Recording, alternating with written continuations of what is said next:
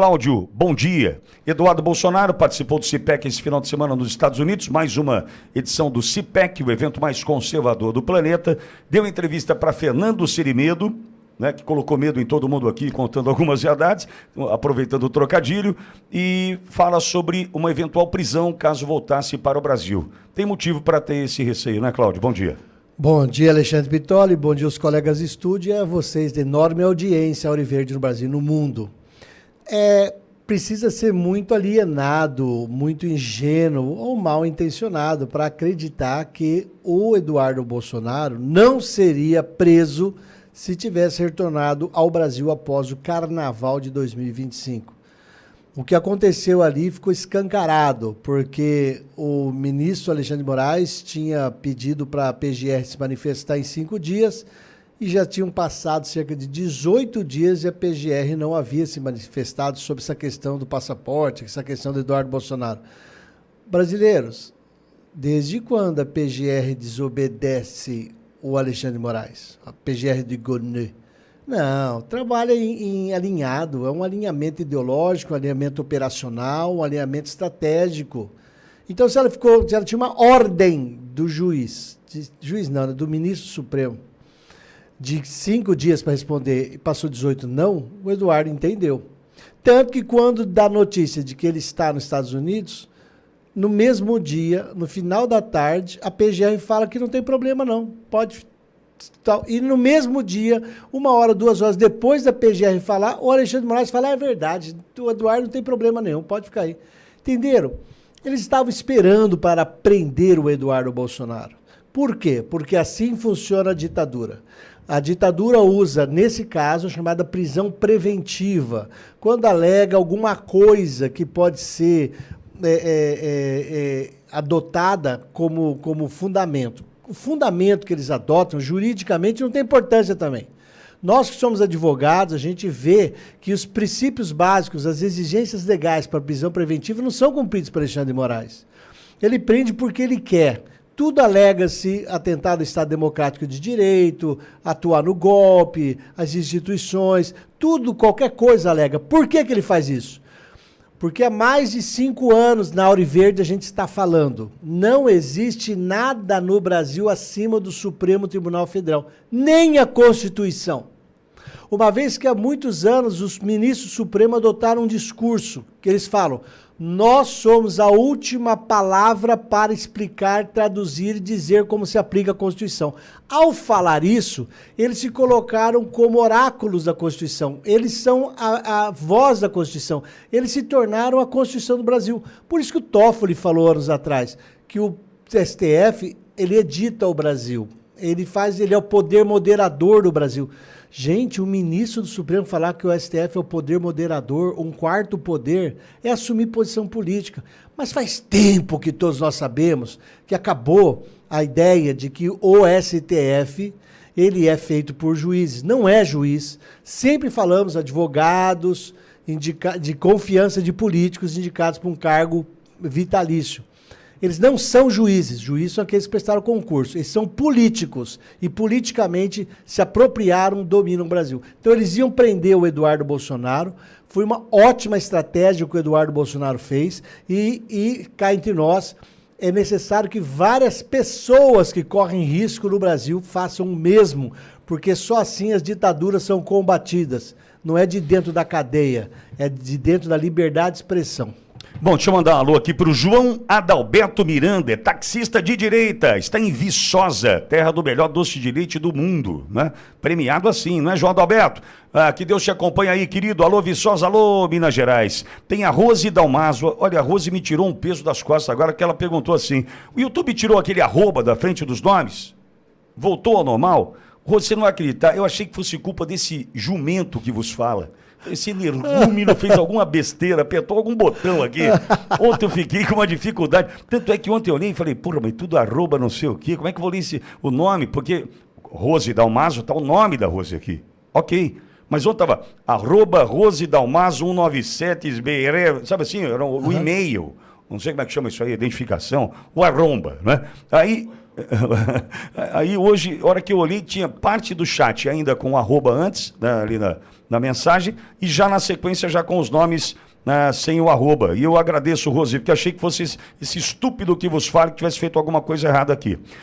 Tem mais uma participação da Sônia Santos. Pitori, não vão prender o Bolsonaro. Se prender, o povo tem que mostrar a força. Sônia, concordo. Agora, não era melhor a gente ter mostrado a nossa força domingo? Antecedendo? Não era melhor a gente ter mostrado? Eu acho que mostrou. Não mostrou. Tudo bem, você acha que não. Mas eu por que... Eu sei. Eu estava vendo também. Só que por que eu acho que mostrou? Primeiro porque nós estamos... Uma única emissora falou sobre isso no país. Chama Ouro Verde. Todas as demais puxaram o carro. Quanto de faca no pescoço de toda a imprensa no Brasil está acontecendo nesse país? Esse povo que está lá vazou a censura absoluta já imposta ao país. É uma demonstração do que nós viveremos nos próximos meses. Daqui até o ano que vem, nós viveremos sob profunda censura. Nós temos que aprender a conviver com a censura, temos que aprender a furar essa censura, temos que aprender a sair na rua. Então, bilhões de pessoas queriam estar lá se pudessem saber. E a censura, que é a ameaça. Então, nesse sentido, Alexandre, nós estamos enfrentando uma guerra. Não estamos com liberdade de posicionamento nem de expressão. Olha, Claudio, eu vou então fazer... eu valorizo. João, posso fazer uma análise aqui? Acho que é importante. Eu sei que está cheio de notícia aí, mas vamos lá. Claudio,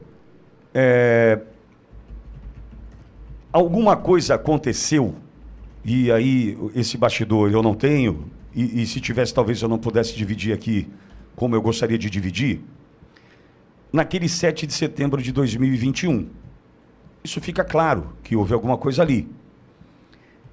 Tanto é que depois do 7 de setembro de 2021, tem reunião Temer e Alexandre de Moraes com Bolsonaro, tem cartinha, tem uma série de coisas. Eu acho que até, não sei se a palavra é perigoso, né?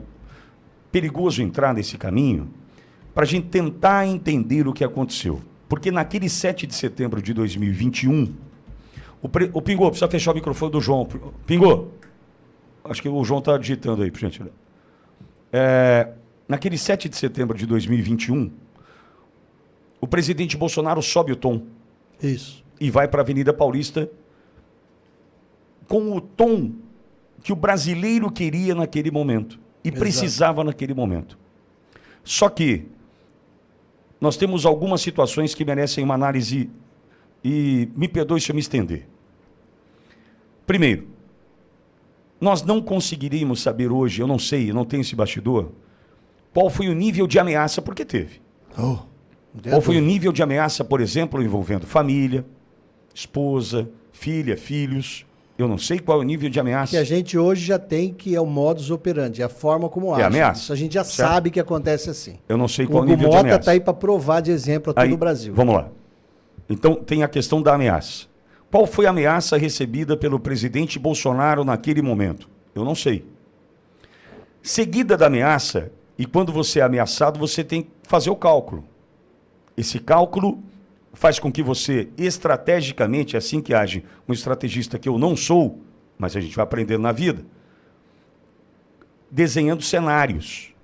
Você tem que desenhar, mas você tem que desenhar o cenário com começo, meio e fim. Desdobramentos e variáveis. Para sair do campo do achismo. Ó, cenário 1, foi ameaçado matar a família, foi ameaçado prender não sei o que, tá, lá. Cenário 1, desenhado. Cenário 2, se ele podia sofrer o impeachment. Cenário 3, ele poderia... Eu estou aqui desenhando nesse momento, em cima do joelho aqui.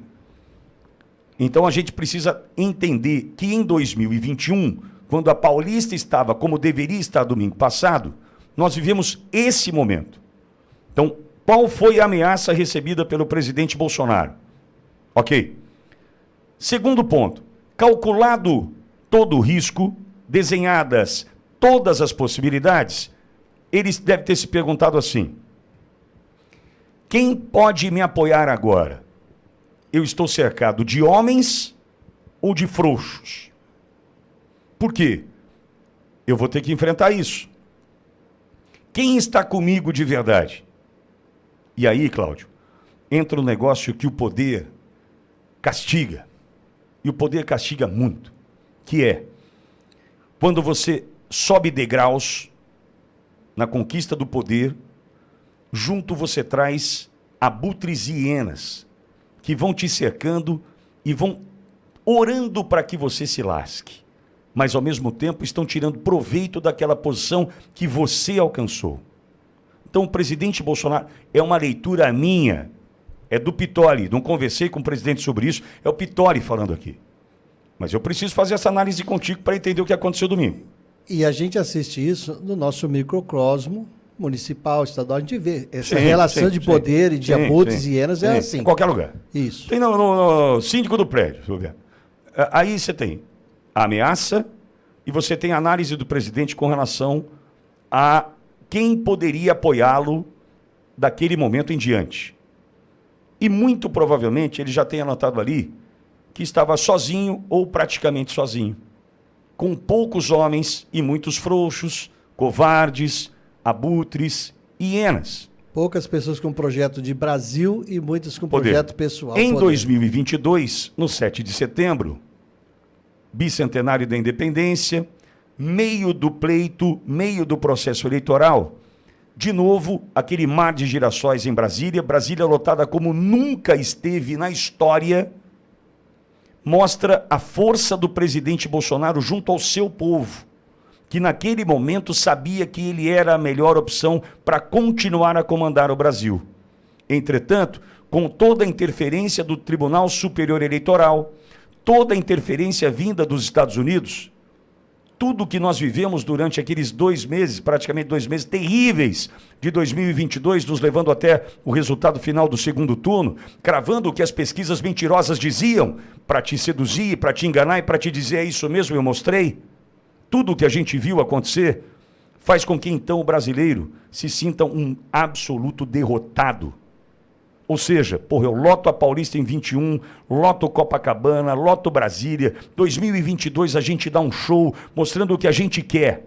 Mas a gente aprendeu a duras penas que no Brasil tem gente que quer mais do que você e pode mais do que você. Então você pega o que você quer, enfia a violinha no saco e vai embora. Porque não importa o que você quer no Brasil. Não, mas eu sou um cidadão. Dane-se você. Dane-se eu, dane-se o Cláudio. A gente não tem poder. A gente só quer. A gente não pode no Brasil. E aí entra 8 de janeiro e o medo, que foi fundamental para desmontar a direita no Brasil. Repetir a farsa que várias vezes na história teve acontecido. E nenhuma vitória de fato de lá para cá, desestimulando e fazendo com que nós passássemos a viver não só um período de desesperança para muitos, mas de sofrimento. Sofrimento. Só que ontem eu fiz uma fala aqui, Cláudio, dizendo o seguinte, a Segunda Guerra foram 6 anos. 6 anos, de 39 a 45. Coincidentemente, a nossa começa em 2019, estamos em 2025. Num corte da linha do tempo, a gente está na mesma situação destes 6 anos de guerra. Entretanto, nós não estamos perdendo soldados abatidos, como já perdemos o Clezão, não estamos só perdendo, soldados abatidos como o Clezão e tantos outros que perderam as suas vidas, famílias destruídas. Nós estamos perdendo hoje soldados vivos. E isso é terrível. Aquele soldado que abandona, aquele soldado que deixa de estar junto, aquele soldado que desacredita, não quer mais lutar, aí perdemos. É aí que perdemos. E é por isso que eu digo, no último domingo a gente deveria ter mostrado o que nós queremos, mostrar a nossa força, recuperar a nossa força. Porque não dá para imaginar que eu vou me sentir bem mostrando a minha força com o Bolsonaro preso. Eu preciso mostrar a minha força agora. Eu preciso mostrar a eficiência e eficácia da minha força agora. Aí eu vou fazer valer. Caso contrário, eu vou chorar um leite derramado. E esse brasileiro que em 2021 acreditou que podia, em 2022 também, tem que voltar a lutar. Esse soldado em casa, a gente precisa de você, cara. Não dá para se prender o Bolsonaro. Não, amigo, é já. Eles mediram a temperatura domingo. Aí vem a Globo, na sua narrativa safada, e diz, preferiram assistir o jogo do Flamengo. Foi o que a Globo fez. Preferiram assistir o jogo do Flamengo. Para quê? Para colocar na mesma balança a liberdade no Brasil e a Copa do Mundo de Clubes da FIFA. Meu Deus! E a audiência online, como é que foi? Menor. Também teve alteração. Teve para baixo. Não, mas aí não dá, Claudio. Não dá, porque aí já entra a sujeira do YouTube. Aí já entra, não entrega, já entra o número que eu não acredito. Porque, Alexandre, na minha família, várias pessoas assistiram ao longo do dia os vídeos. Assistiram e falavam comigo. O pessoal também ficou impressionado das cenas do Bolsonaro dentro do avião e a fila de pessoas no avião. Sim. Me fala que aquele avião não é uma representatividade da sociedade brasileira. Me fala que o Bolsonaro andando nas ruas não é uma representatividade da realidade brasileira. Então, nós temos uma realidade visual das pessoas que conseguiram fisicamente estar presentes lá. O Nicolas, por exemplo, falou, estava num casamento, papapá. Nós temos a realidade virtual do que é disponibilizado de acesso online. E nós temos uma realidade sensível, que é a presença do Bolsonaro caminhando pelo país e a reação pública a ele. O que tem aí que o pastor Malafaia fala e que várias pessoas também falam realmente, hoje eu tenho plena convicção de que nós brasileiros somos um povo nem pacífico, é um povo boi, bunda mole. Bundão.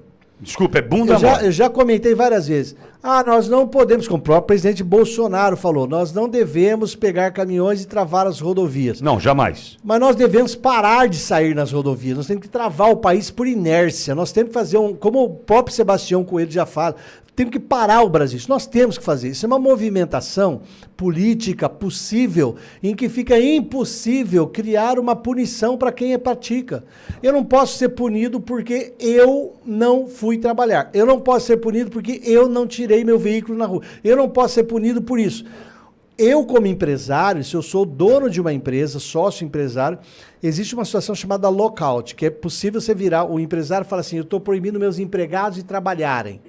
Aí ele pode sofrer uma sanção do Estado, porque ele está dificultando coisas. Agora, quando eu, cidadão, que a mais importante minoria que existe no mundo é o indivíduo. Quem defende minorias tem que defender o indivíduo. Porque ninguém é mais sozinho no mundo do que eu, ou que você e qualquer um de nós. Nós somos a maior minoria que existe.